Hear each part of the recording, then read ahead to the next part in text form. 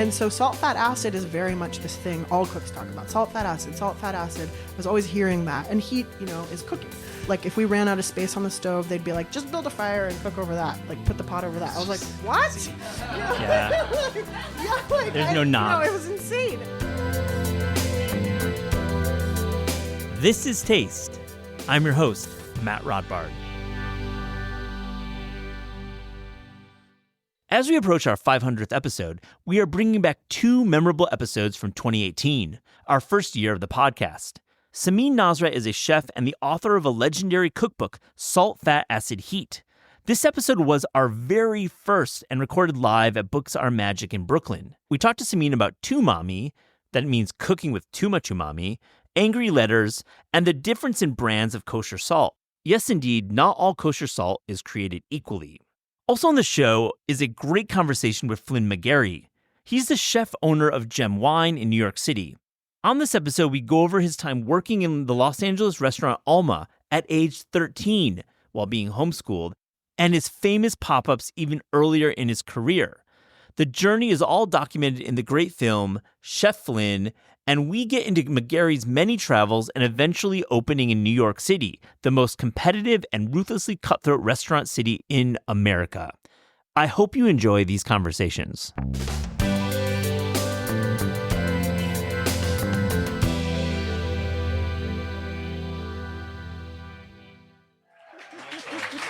I love your book. Like the first oh fuck moment that I got, it's about kosher salt. Yeah. So kosher salt is not the same. No, it's not the same. This box of Morton kosher salt is double the salt of the box of Diamond Crystal.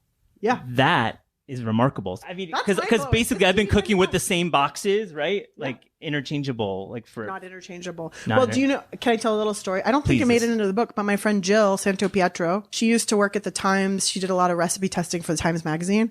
And do you remember I don't know, however many years ago, there were those New York Times Magazine chocolate chip cookies that took the internet by storm. Everyone was resting them and all that stuff. She tested that recipe 22 times. They ran the recipe. It just said kosher salt, count for the salt. And the next day somebody was like, this is wrote it, Also people love to write angry letters to the New York Times. So, and someone was like, this is inedible. It's disgusting. It's like a salt lick. It's so horrible. And she hadn't specified that she had used Diamond Crystal and other people were using Morton. So that was this kind of mind-blowing moment for her. Yeah. And this is just one of 5,000 little notes I wrote in my iPhone when reading your book, because this book, and my first kind of question is, this book is not an average or typical cookbook. There are certainly recipes, but those are in the back. The book is to be read, I would say. You actually can put this on your nightstand as much as in your kitchen.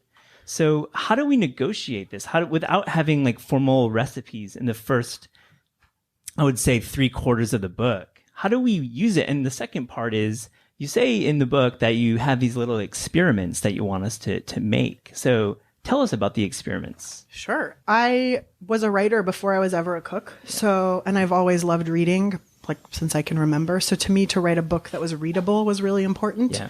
And I went through so many different iterations of how to organize this book and how to share this information. First, it was going to be 12 essays. Then it was going to be, there were so many different ways. And so, but all throughout it was this constant that I wanted it to be readable. So to me, it was really important, to the point where we actually have a how to use this book in the beginning. And it's please read the book. Yeah. Please read the book. Yeah. And so, as I've become a better cook and learned how to teach other people how to cook, I really realized quite early that, telling stories is a great way to teach a lesson. As far as the kitchen experiments go, a lot of the time I feel like you won't trust me. There's only so much I can do if I'm just some character who wrote a book and it's on the page. So if I can show you something simple to do that you can do at home and you can see and taste the difference for yourself, then that's going to stick with you so much more. So if you salt one chicken the day before and one chicken right before, and you put them both in the oven, and the one that was salted the day before practically butchers itself, that is going to go so much farther than anything that I could tell you, and you'll remember the importance of that. So the title, for some who may not know, the title is Salt, Fat, Acid, and Heat. So those are the 4 most important tenets of cooking you've deduced in this text. Did you always have in your mind these are the 4 most important tenets, or did you negotiate like maybe there was 3 and acid was, you realized that was no, acid's important? Explain the organization a little bit and how you came to those 4 important tenets. It was definitely something that coalesced all at once for me, you know, over time, basically. So the story that sums it up is a series of serendipitous events brought me into the kitchen of Chez Panisse restaurant in Berkeley, which is Alice Waters' incredible institution. And I had to beg for this job, and it was so enchanting and inspiring and sensual in there. And I just immediately knew I wanted to learn how to do what these people were doing, but I didn't know anything about cooking. And so I would show up every day. The menu changes every day. And I'd sit at this menu meeting, and the chef had this, he would have written a menu based on what was in season and what we had and what he was inspired by, and some trip that he took last summer to San Sebastian. And he would say, okay, like, you're going to make paella, you're going to make gazpacho, you're going to do this, you're going to do this. And everyone except me would just get up and go make it. Right. And in the meantime, he had given me this list of cookbooks to read and really told me to cook from cookbooks. So it wasn't lining up what I was seeing them do, which was they never used recipes. They never measured anything. They didn't measure anything. Like, there were no cups, there were no gallons. There's like there's big 8-cup measures, which are more for knowing, like, for 100 people, which is how many they serve downstairs, you make 8 cups of polenta. You know, there was sort of that, but there was no like very precise measuring spoon, none of that. And for spices especially. No, all of that was by taste. By and taste. And I'm talking about the savory kitchen. In the pastry kitchen, they measure everything. It was really disorienting for me because I didn't know the difference between really basic things. I didn't know cumin from fennel seed, and the spice labels weren't labeled spice, jars. So they would be like, go get cumin. And I'd come back with, and it was like always very embarrassing. And so, but eventually I started to notice that there were these patterns. There were things that they were always doing every day, no matter what. First of all, they were always tasting everything all the time, before we started, while we were cooking, before we served the food, as we were serving the food, always adjusting. The thing we were most commonly adjusting with was salt. That was the most important thing to get right. And also every single day we would go down into the butchery room and butcher the meat for the next day and salt it. So it didn't matter if tomorrow it was going to be barbecued pork or roasted chicken or Italian, braised beef. It was always salted. It didn't matter the culture. Same thing happened for me with fat. I started to see these patterns that they would pay attention. Butter always had to be cold on the pastry side, and oil had to be hot before you put something into a pan. Acid, every time we tasted, they were always like, this needs a little acid, which was this clinical word that I didn't know what that meant, and I realized over time they really just meant some lemon juice or vinegar, or sometimes cheese. Like goat cheese is acidic. Anything acidic that would sort of create balance and brighten food. And and because I was standing there with my little spoon behind them all, I was like too nervous to get in there and like give my own opinion, but I would taste it before and taste it after they fixed it, and it would explode with flavor in my mouth. And so I saw. And so salt, fat, acid is very much this thing all cooks talk about. Salt, fat, acid, salt, fat, acid. I was always hearing that. And heat, is cooking. And again, like, there were not really any temperatures on the oven dials. There was a way where these guys had equal facility with the wood oven or the grill. Like, if we ran out of space on the stove, they'd be like, just build a fire and cook over that. Like, put the pot over that. I was like, what? There's no knobs. It was insane. And so I'll say this, I'll interrupt you and say that there's a really cute illustration that shows the knob of an oven, and every number on it is scratched out with this Sharpie. Yeah, and it says Samin was here. Yeah. And it says Samin was here. And I love that Samin is here, Samin is there, part of your narrative. We can talk about that. Totally. But temperature is less important. Yeah, and then temperature, it's not so much the temperature, it's just understanding what's happening to your food. So you could be braising something on the stove, and that's just bringing it up to a boil, turning it down to a simmer. You could be doing it in the oven, and the temperature is not important. It's being at a simmer is what it's important. You could do it in a pinch. I have a friend here who doesn't have a kitchen. She only has a grill. Yeah. So she just cooks everything. Boils some water on the grill. She boils her water on the grill. She braises her stuff on the grill. So you get to this point where it doesn't matter what the source of heat is. It matters what's happening in the pan. And I really did have like a beautiful mind moment of the salt, fat, acid, heat. And I came to the chef and I said, I figured this out. I figured out what you guys all like. I'm a brilliant genius. Salt, fat, acid, heat. I'm Albert Einstein of cooking. And he just looked at me. He's like, yeah, we all know that, And And I felt kind of betrayed because I was like, you're sending me home to read cookbooks. This is not written anywhere. None of you have told me this over the past 2 years. I had to figure this out by myself. So to me, once I knew it, there was not another thing that there wasn't part of it that was less important. And there wasn't another thing. This was it. They're equally distributed too. I think the chapters have equal length or really close to equal length for the more most or less. part. I mean, and certainly acid is a little bit less scientific and more about taste. And so like the chapter might be shorter, but to me, it's no less of an important, like to me, actually salt and acid are the things I always, if it's off, like to me, I can't enjoy food. So what's the most like perfectly balanced dish that uses those 4 tenets? Ooh. Did that really stump you? You've done like a billion interviews. I know, but that's a very specific and weird question. It is a weird question. Because anything can do that. Like I'm trying to think of like what's a really, I mean, I'm broken record. I always say Caesar salad. Yeah, that was because it's like creamy. There's multiple forms of salt. There's anchovies and Worcestershire sauce and Parmesan cheese. And I always pound my garlic with a pinch of salt to help it get really, fine. And then you add actual salt. And then there's lemon juice and vinegar, 2 kinds of acid. So it's all about balance. Anything, in fact, I would say anything like that that's like creamy, but also you want it to be acidic because otherwise it'll be just too rich. Those kinds of things where you have to taste them 50 times while you're making it. And then by the time you're ready to eat, you don't want to eat anymore. That's I love that you call this Judy Rogers quote, recipes don't make food taste good, people do. So this is like an anti-recipe statement. Yes, girl. Yes, girl. I mean, I think cookbook publishers are in the business of creating books that have recipes in them, but this is not the case for this book. So let's just explain a little bit more about how the recipes work in your book. Well, if I had had my way, I wouldn't have put any recipes in the book. Yeah. But that, as you said, is not the publishing way. So, okay. So it wasn't going to happen. Like it just wasn't really an option for me. So I had to figure out how I could put recipes in and feel like I was still being true to myself and my message.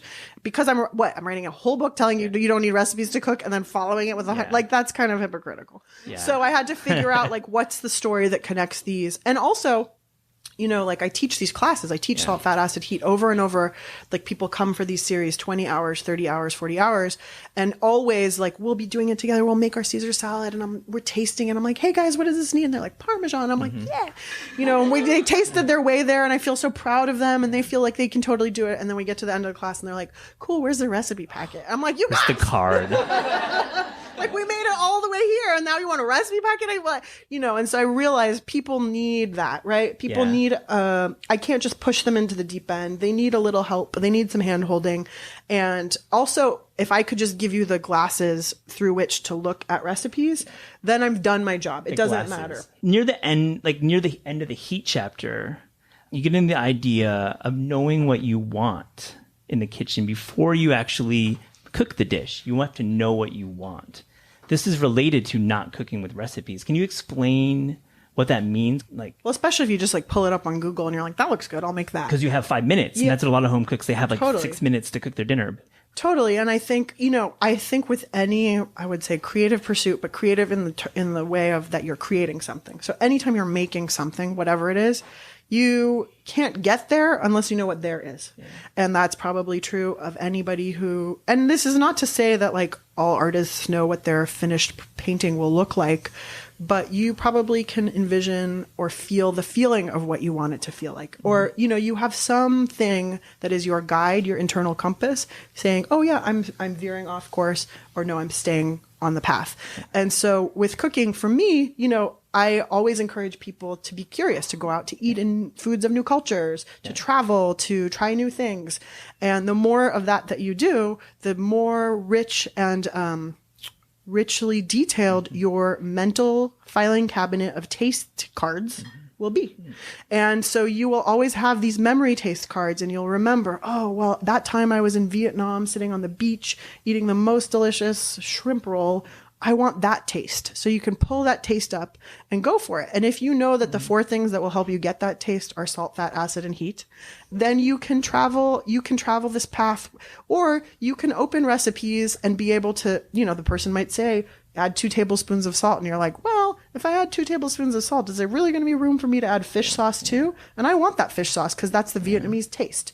So you can use your judgment more. So I think knowing what it is that you're after, knowing that you're after browned skin and a tender inside meat on your chicken, or knowing that you're after, I don't know, whatever, like a really bright salad, then you can go toward that. But if you don't know where you're headed, how do you know if you're on the right path? So you speak about like food in a very visual sense. You're talking about these cards. And I think we haven't really talked about the visual elements in the cookbook because it's remarkable. This is one of the most imaginative cookbooks I've seen in years. It really is. It's just dense with information, but it's presented in such a flawless and simple way. Explain the flavor wheel and how that came about. Well, for me, it really started way back at Chez Panisse, where every day we were cooking foods from different cultures. And over time, I was seeing, wait a minute, there aren't really that many different things we do here. We braise something every day. And sometimes it's like with rosé and lavender. And tomorrow it's with red wine from Chianti and rosemary. And then it'll be with preserved lemons and Moroccan spices. But we're still doing the same thing to the chicken every time. So once I realized like, there's only sort of so many ways that somebody cooks something, I realized I needed to learn and understand what all the different flavors of the world were so I could apply them. And suddenly the roast chicken that I had could be 20 different roast chickens. And I could make tacos or pho or, all these different things. I don't know why I said pho because you wouldn't make that with roast chicken, but you get my point. Yeah. And so, when I met Wendy McNaughton, who I stalked at length, she's this incredible illustrator and visual storyteller and masterful artist, really. She didn't know how to cook at all. And so our journey together was really one of learning for both of us, where I had to learn how she made stories visual and she had to learn what it was that I was trying to get across. And so I came to her and I said, what I want you to do is make this 2-page drawing of the world, a map of the world. And then on every country in teeny tiny handwriting, you can write the important things. And she was like, that's insane because then you have to know where Bolivia is and also everything won't fit. You're crazy, not going to happen. And so, but once I explained to her the concept at work that then she was able to sort of tell me, what you want is a flow chart. This is a flow chart where you say, I want this country that leads me to the next thing, leads me to the next thing. But it's a flow chart with many different options. And so when you fold that upon itself, it becomes a wheel. So she very quickly, and then we worked with an incredibly brilliant book designer, Alvaro Villanueva. And he was the one who told us, you can't do that on just a 2-page spread because half the information will get lost in the gutter. So he was like, we really have to do this fold out, which caused great grief for my publisher. But ultimately, I think paid off. It executed pretty well. No, absolutely. Tell me, are there some cookbooks that inspired you? So many. Visually? I love, it's called 75. There's these books that are 75 herbs for your garden, 75 fruits for your garden. I just have been a collector of illustrated cookbooks for a long time. So there's Alan Davidson, who was this incredible academic. He wrote a super beautiful illustrated book of both fish and fruits that are, I don't know, I just love, I've really always gravitated toward illustration. At the same time, I love beautiful food photography. I have a lot of friends who are fantastic photographers. I just knew that photography wouldn't serve this book. And so it almost from the first moment, I just knew it couldn't be photographed. Yeah. And I think there's a lot of work that goes into a fully illustrated book because you really have to draft and round, right? We were best. I mean, we still are each other's number one, phoned person. I mean, she has a wife, so she has a fiance, so I'm number You're two. Number she's two. my number one. Let's jump back into the cooking. We kind of were talking about book production, and now let's get back into cooking. You talk about tumami, which I think is really funny. Tumami as in too much umami. And I think it's really in this era of the Brussels sprouts that have fish sauce and bacon and crusted with Parmesan. You're not endorsing over seasoning your food. It's like low hanging fruit to do that. So explain tumami and how we should not fall into that trap as home cooks, the tumami trap. So, tumami is what you said, where it's where you were like, oh, these things are so good, so I'm just going to put them all in this thing, and umami is to me, I always joke my memoir will be called Parmesan on everything or something I do. And in Italy. Totally. And Parmesan and Heinz ketchup are sort of two of the most powerful and rich sources of umami for us in the kitchen. And they also, Parmesan is also a source of salt and acid, and Heinz ketchup. Heinz ketchup is the only ketchup, guys. It truly is. Yeah. You say that casually, like Heinz ketchup is in the book, and I kind of pause. It's like, you really love ketchup. I love ketchup. Yeah. And like, it's sweet, it's salty, it's acidic. And like it makes I'm like the condiment lady at my house. My fridge is just all condiments. And so because a condiment can make the simplest thing or something that's not that good, and it can do it at the last second when you're tired and you don't feel like doing much. So and I'm tired and don't feel like doing much a lot. So yeah. So you are tired when you come home and all the time and need to make dinner, because I think that's a big issue everywhere. But in New York, we kind of we work a lot. Like we work till 7, work till 8, work till 9. We all kind of want to cook more. So how do you break through that fatigue? Some of it is thinking ahead, and I like cooking batches, not even planning so much, but just making more of. I believe in leftovers, and I also think making something that's pretty a neutral flavor, like a pretty basic, roast your chicken with no spices on it, and then tomorrow add some cumin and turn it into tacos. The next day you can put the bones in a pot with some star anise and make faux broth out of that. And then suddenly you get 3 different countries' flavors out of one bird, and make your one pot of beans and it can become all these different things. I definitely think that's a good tool, but you also shouldn't beat yourself up because it's hard. It's hard to be a human. But also make your life easy, stock your pantry. I have a lot of quinoa around. I have a lot of jasmine rice around. Jasmine rice cooks in 20 minutes. You put it on the stove. By the time it's done, I have time to cook some kale, fry an egg, put some hot sauce or Parmesan on it. I want to call this our let's talk about food trends moment in this chat, because you're really on top of your stuff and you have opinions. So you think about the Blue Aprons, Green Chefs of the world, the component box cooking. I heard a sigh over here. I also sighed too. Yeah. You may have sighed. So what do you think about those? I have complicated feelings about it. I used to be unilaterally against it. To me, the greatest joy of cooking, the part I take the most pleasure of is the shopping.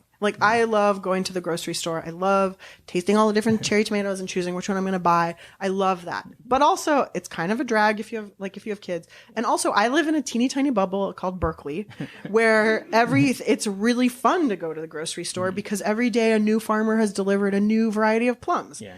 And when I travel outside of that, and I see beyond that, and I come and I stay in this neighborhood a lot. And I understand now. There's a vegetable store on Atlantic that I love. And on Henry, and I go in there and I'm like, oh my God, they have the same broccoli rabe that I buy at home, literally the same farm, which is really awesome because I love that farm. But it's coming all the way from California, so there isn't this great luxury. Shopping is much more, and also in New York, man, you don't have a car like most people. You take it on the subway. So I've loosened my views, and I also have some friends who really love Blue Apron, and they feel like they've learned a lot about cooking, and it's training wheels in some sense. Okay, the next trend or the issue is sous vide. What do you think about it? You don't mention it really in your book. Consciously. Okay, so what is sous vide? It's what does sous vide mean? It means under vacuum, translates to under vacuum, and it's when food is put in usually a plastic bag, and the air is taken out, and then it's put in a low temperature water bath, much lower than simmering, for a very long period of time. And what happens when you do that is because the temperature is so gentle and the cooking method is so gentle, and it happens over such a long period of time, sometimes overnight or even more 12 hours for many hours. Yeah. There's much less risk of it being overcooked. You just have a much greater control and precision. To me, what the kernel lesson of heat is what I said earlier, which is to know how your food is cooking, you watch your food. You don't watch the heat source. Yeah. And what are you doing when you're watching food? You're tuning in with your senses. So you're smelling the browning starting to happen. You're seeing the browning starting to happen. You poke the thing to see if it's tender. You taste it. And you smell, see, I don't know what that. You hear the sizzle. Thank you.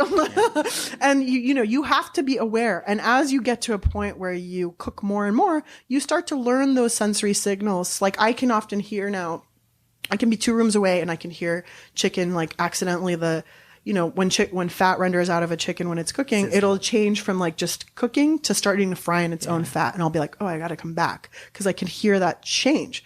And if you put the thing in the plastic bag and put it in the water and set the timer and walk away, you are not using your senses. To me, even though it's the most precise form of cooking because you have this like incredible precision, that is actually in a lot of ways to me the least powerful and the least sort of exemplary of what I consider to be good cooking. Well said, the anti-sous vide lobby. Thanks. Like, that's really good.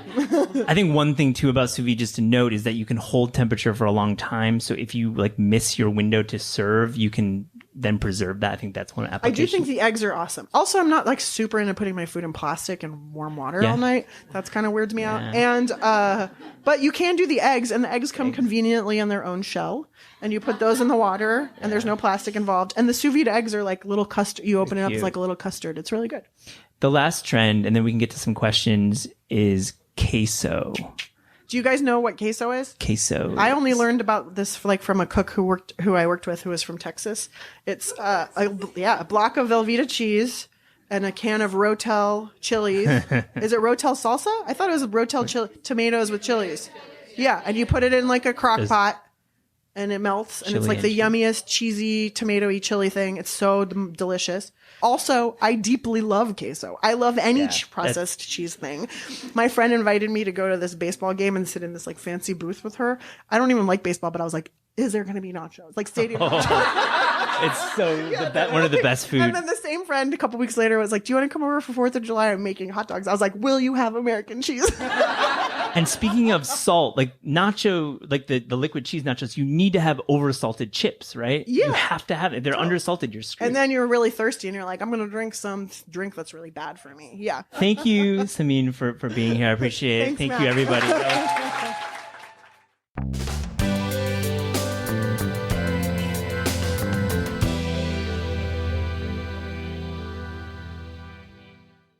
I wanted to ask you just about your age right away because you can't deny it, but I don't want this conversation to be focused on that because I've known you for a while and I think your food is as good as anyone. So but I had to make that statement.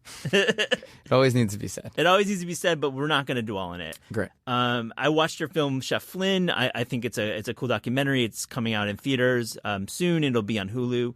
But there's a scene in there where you're taking the subway in Los Angeles. You're taking the subway and you're going to Alma for your job. And this really crushed, I think will crush a lot of these perceptions that you're like quote unquote rich kid from like the hills of Hollywood. You're not. You're like working at a restaurant and you're taking the subway in Los Angeles. Yeah. I mean, the subway was mostly like my mom would drive me, but it was, I was like, why does no one take, I mean, obviously no one takes the subway in LA, but I was going to work at like during rush hour. So I was like, I lived kind of near it, and I was like, it's down. It was the perfect like thing, and it was cheap, and it was like 20 minutes. I still don't understand why people don't take the subway now, because like literally, it was like it would take me 20 minutes to take the subway, or it would take me an hour and a half to drive. Yeah, and yeah, I mean, I was always working, and that was always kind of what I did, and to me, though, that was also sort of a way of having a little bit more freedom, opposed to like my mom having to drive me to work. Right. I had sort of the ability to kind of like go by myself, especially when I couldn't drive yet. Yeah, no, but I just wanted to be said that like you were working at Alma, like you're working there. Yeah. Like it's like a job. It wasn't some weird like thing for the camera. I was working there. I mean, I worked there for almost 3 years full time, and sort of like I would stage places, but I also always had in Los Angeles. I always had like a job. Like before that, I was at this place. Raised in Stark Bar for like a year, and I was at Alma for 3 years, and I would kind of pop out every once in a while to go work at Madison Park or something, and all the chefs were very kind of supportive of that. They were. But always sort of when I was in Los Angeles had a full-time job. And to be clear, how old were you when you were working at Alma? I started when I was there when I was 14. So you were homeschooled, right? Yeah. That's how you you were able to work a full-time job and Exactly. do school. So you took like correspondence classes. But what was that time like at Alma? I mean, what were you learning then? Were you working the line busy Saturday night? Yeah, I mean, Alma to me was that was like the place that I really sort of spent the most amount of time and learned not just like skills and things, but how to sort of work in a restaurant every single day. I went there and I started as the meat cook. And it was when Alma went from doing, like, when they got Best New Restaurant from Bon Appetit, it was like we were doing a la carte, like 150 people a night.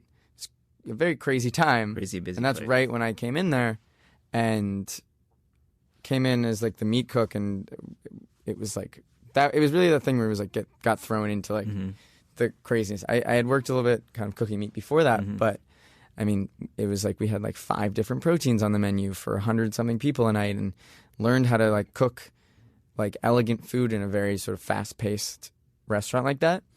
And then sort of would kind of, they treated me sort of like the tournant in the restaurant. So I would kind of pop around every station, and if someone, like, as any restaurant, when there's kind of high staff turnover, I was always sort of like, oh, I kind of made it a point to know all the stations, and so I would go work pastry if I had to, or sort of could hit every section.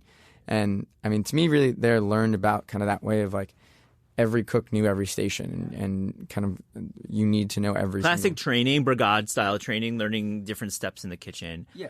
In the film, you say hype only gets you so far. I mean, you had a lot of hype around you with the New Yorker article, your first article when you were 13, I believe, and then you were on the cover of the New York Times Magazine, and then there were plenty of thoughts about that. But then hype only gets you so far. What does that mean exactly to you?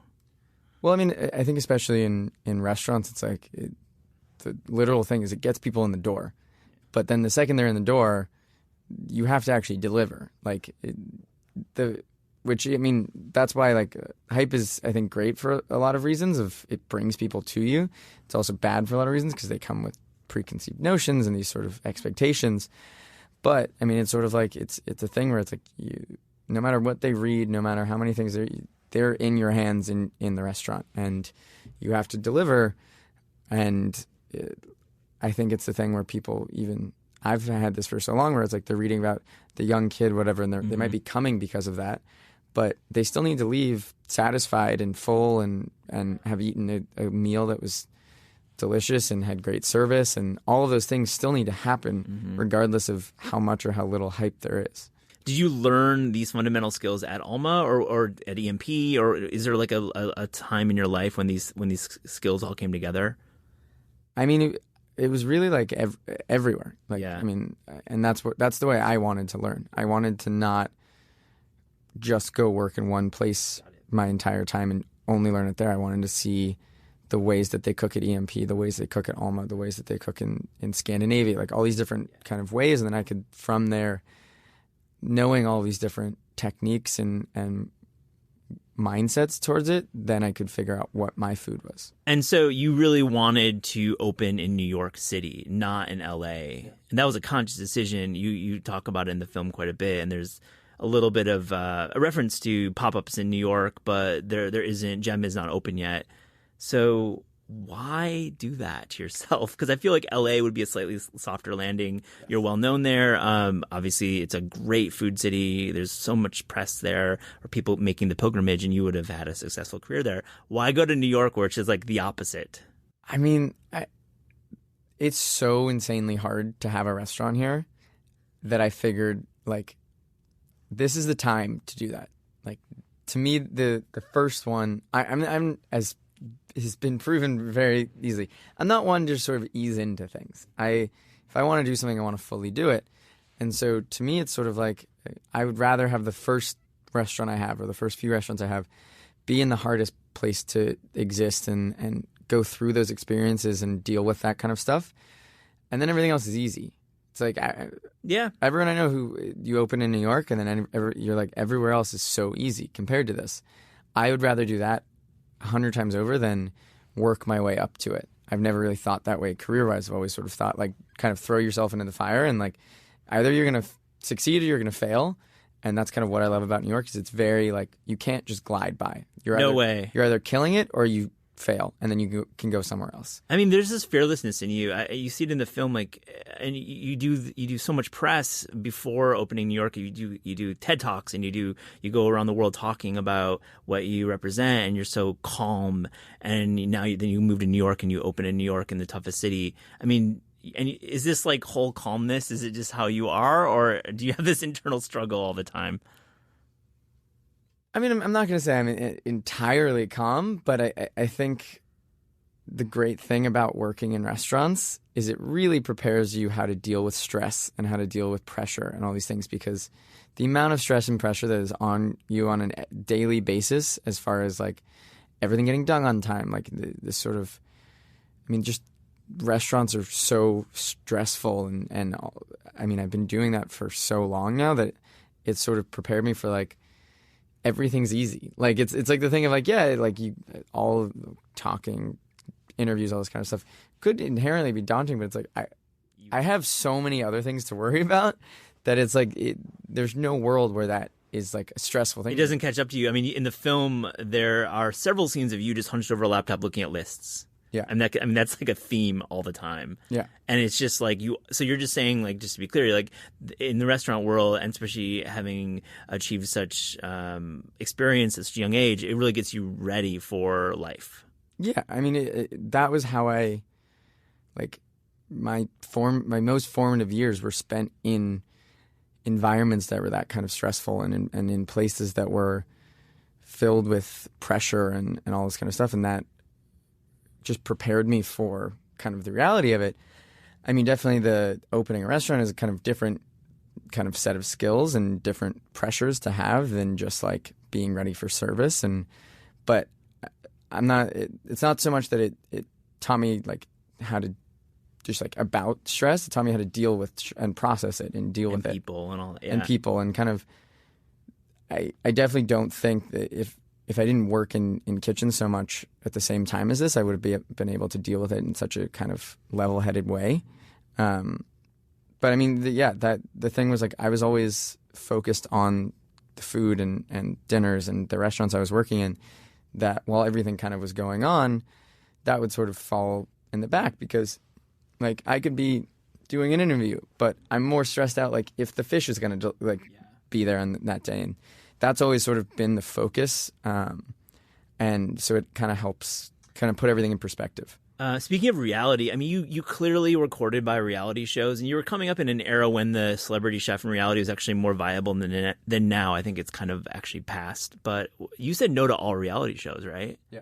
And was that a hard decision? I mean, like back then, like good chefs were on Top Chef. Now I don't really know, but was that tough? No, I mean, it's tempting, especially like it's tempting when there's a lot of interest and people interested. But I've always been very aware of control and the image that I'm kind of putting out in the world. And the second that I met with someone and knew that these people were controlling the way that I'm presenting myself at such a young age in such an early point in my career, that I didn't want to do that, because I knew that if I didn't have the control of how I was putting myself out there, that it could be kind of put in a completely different direction that I didn't want to go in. Yeah, and then it would be a soundbite and it'd be a cliche, and you're much more thoughtful than that.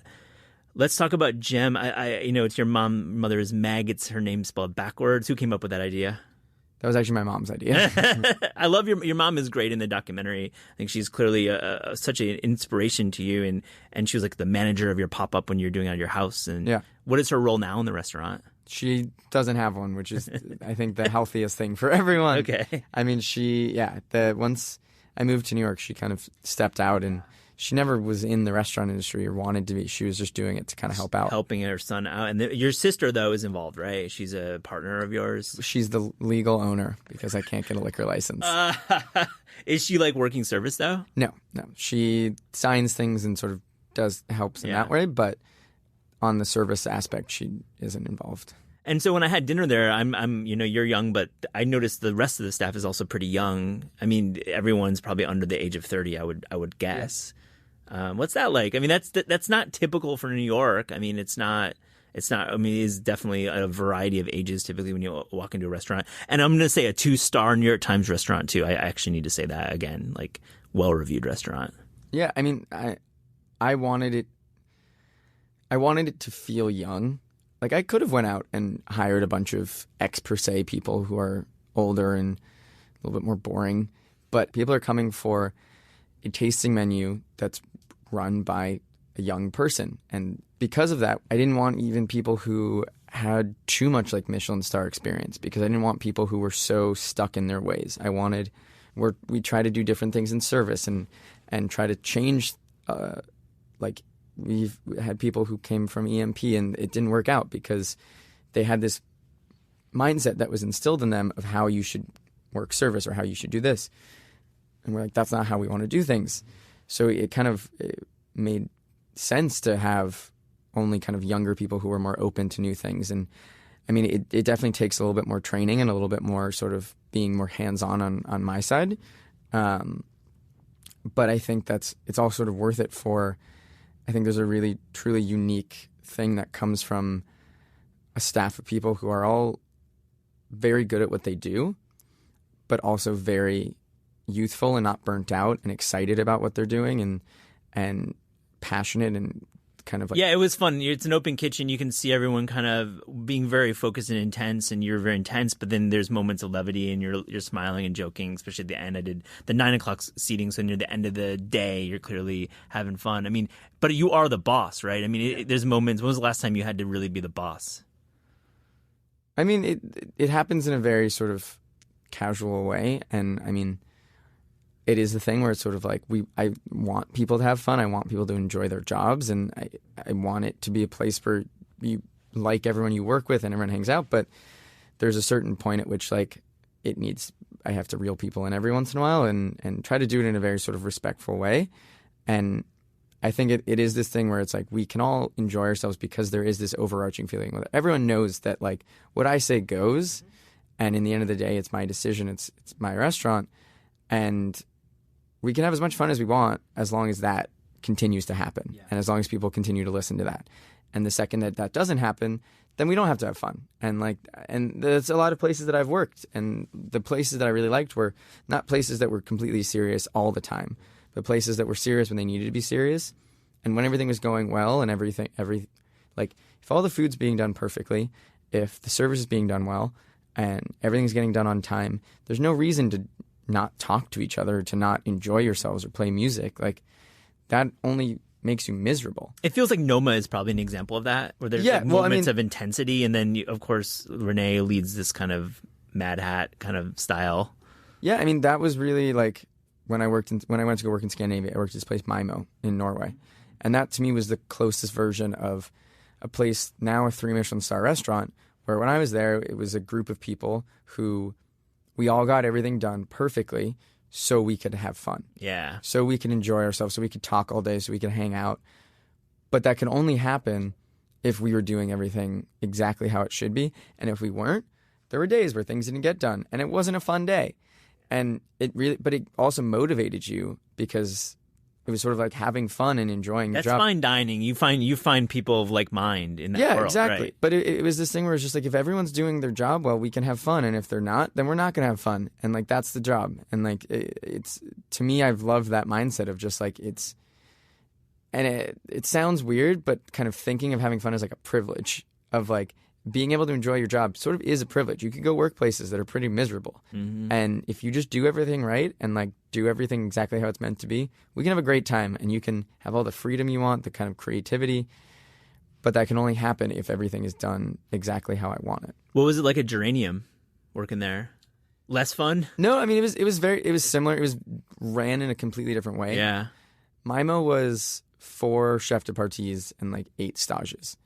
Geranium was 20 chef de parties. It overlooks the soccer stadium. Yeah, right? It's a crazy place. I mean, it was a very interesting way that it was run because it was very like everyone was in charge of their own thing, and a very similar thing wherever it was fun. Like it was a great group of people, and we would have fun in the daytime, but a very sort of different way of running a restaurant. I mean, Mimo was this sort of small, like still rough around the edges in ways. Like our dry storage was 5 flights below the kitchen only with stairs, and so there was this sort of like roughness to it, and I really like there. I was also at Mimo significantly longer, so I became a lot closer with everyone there. But Geranium to me was, I mean, it was such a different style of cooking than I had, and that's why I went there, because I didn't really want to go from Mimo to like Noma, which are very similar to me food wise. I wanted to go. Adrenium is a little bit. It's stiffer. But it's more technique driven. It's more sort of classic. And I learned a ton there about like how to make everything look perfect and the kind of techniques that go into it, which I found very fascinating. But in the end, kind of was more drawn to places that were more sort of cooking, I don't think I cooked anything once at Dranium. It was a lot of molding and cutting and shaping. And at Mimo, it was like, they were like, you're cooking. Like I was like making things and purees, and like there was this sort of like really like flavor first. And, but I mean, I really loved seeing the kind of contrast of That's cool. Those are great experiences. I want to talk about Gem and also your interest in beets. I know you did a Beet Wellington in the documentary early on as one of your, like, when you're 13, you're doing Beet Wellington, which is a fun play, and I think has been probably copied many times. And then you're doing a 30-day aged beet in beeswax at Gem. Why are you so obsessed with beets? I kind of love this idea. Well, it's a very funny time for you to ask this because we literally took them off the menu last week. Oh, the aged beets? Yeah. Okay. I think it was this thing where, I mean, I've been doing beets on every single menu I've had for about maybe 4 years. Mm-hmm. And I think I'm over. Yeah, dude. Well, I mean, it's a thing where it's not that I'm over it. It's that I really loved seeing the progression of it and seeing how, like, working with one ingredient throughout seasons and throughout times and changing it and really kind of treating it. Like, I love that. I love taking an ingredient and seeing how far you can stretch it. But sort of, I feel like kind of at the end, we are trying to change it. And it was this thing where I was like, I was always sort of the beet dish, whatever. It would come. It would kind of just like happen. Like these ideas would just sort of randomly happen. And sort of towards the end felt like we were trying to force it in the menu.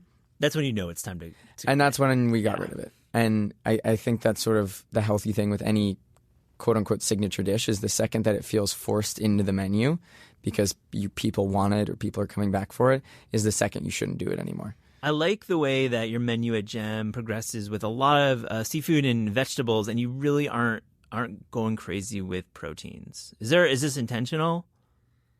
Yeah, I mean it comes from a lot of reasons. I mean, the biggest one being I don't find meat interesting. Well, you told me after service, I was setting you up for this, that, you know, when you eat beef and chicken and lamb and shellfish and pork in like a tasting, that's like, when you think about it, that's fucking gross. Well, I mean, so those are the two, is like the first reason is like, I find it very sort of like when you do serve meat, serve it as simply as possible because it's delicious. Inherently, meat is delicious. I every once in a while crave a steak.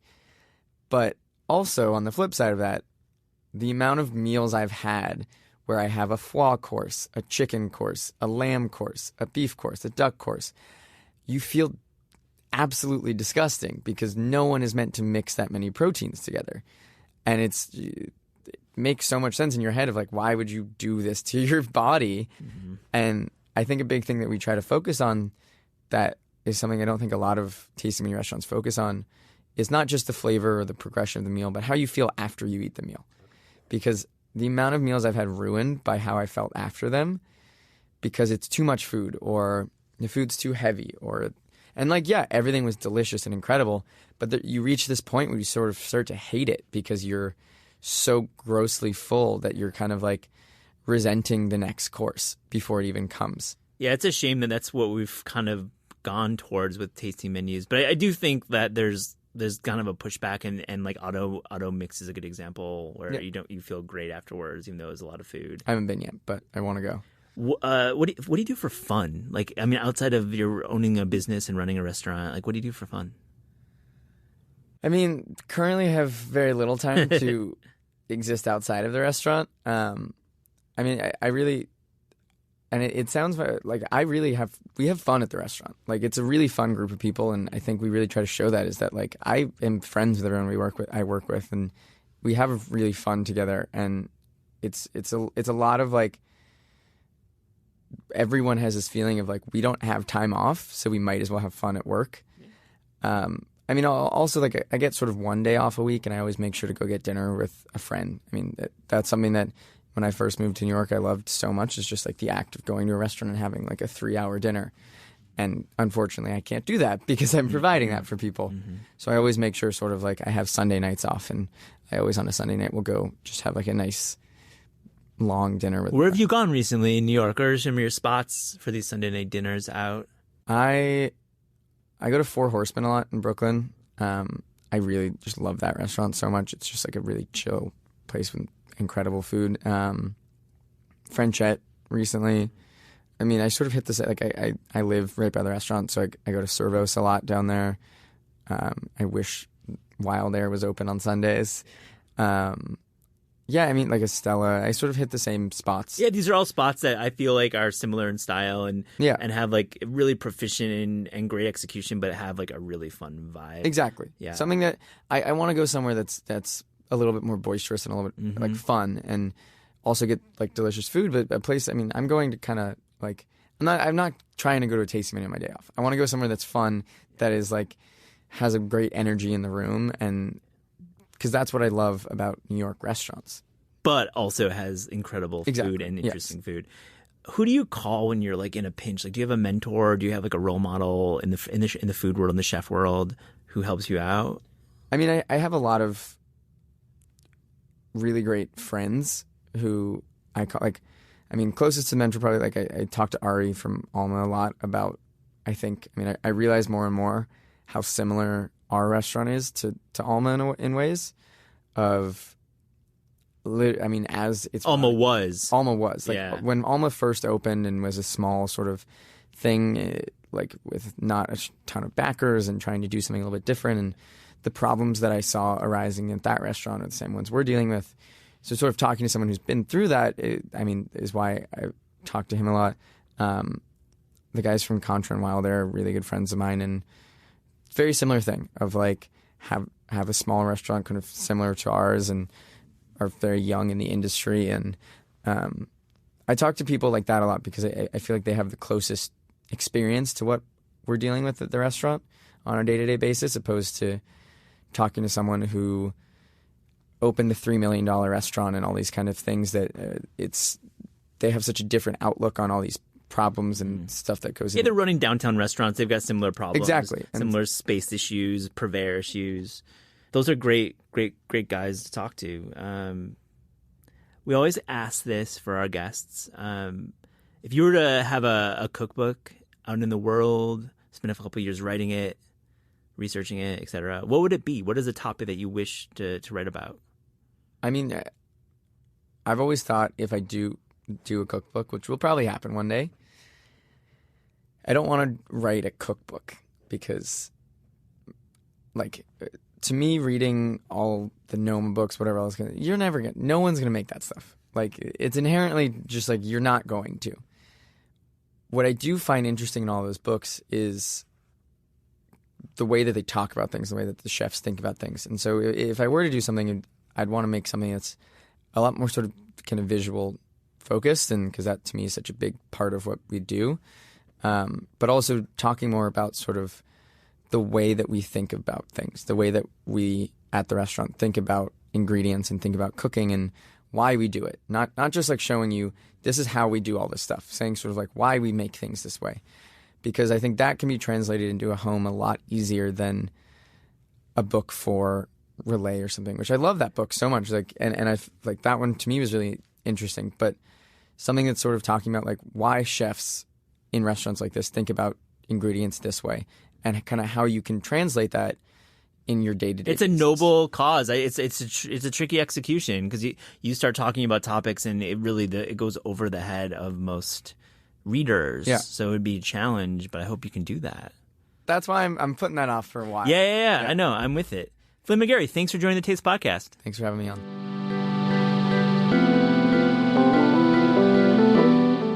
This is Taste is hosted by Eliza Abarbanel and me, Matt Rodbar. The show is produced by Shalia Harris and Pat Stango and edited by Clayton Gumbert. Theme music by Steve Rydell. Visit Taste online at tastecooking.com and make sure to subscribe to our newsletter for updates on all cool things that are happening.